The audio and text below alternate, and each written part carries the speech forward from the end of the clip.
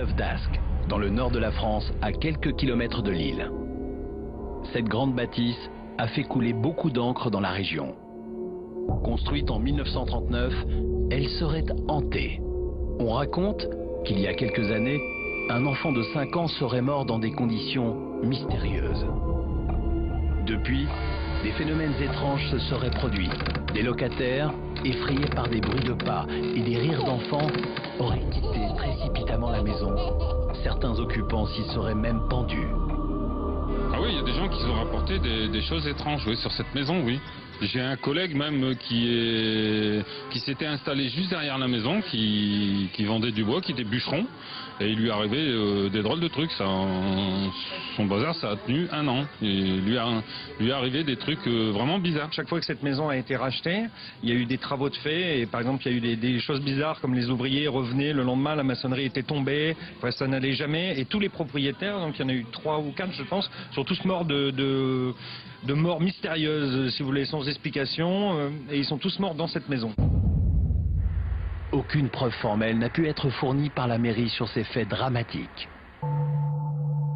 Depuis 2 ans, la célèbre maison hantée de M a été rachetée par une église évangélique dans laquelle officie le pasteur Emmanuel Kamondji. D'après la rumeur, c'est ici que se seraient pendus, semble-t-il, plusieurs personnes. C'est ici que serait mort cet enfant de 5 ans dont on parle. Bon, tout ça, je le mets entre guillemets parce que c'est de l'histoire et c'est d'après cette rumeur-là. Mais nous sommes quand même des croyants, nous prions Dieu et par sa grâce et sa force, nous pouvons arriver quand même à vaincre les puissances du mal s'il y en avait dans la maison.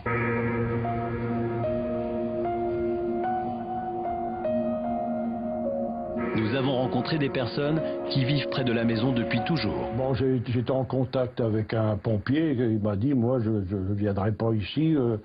Il y avait peur, parce que d'un pompier, les pompiers doivent avoir peur de rien du tout.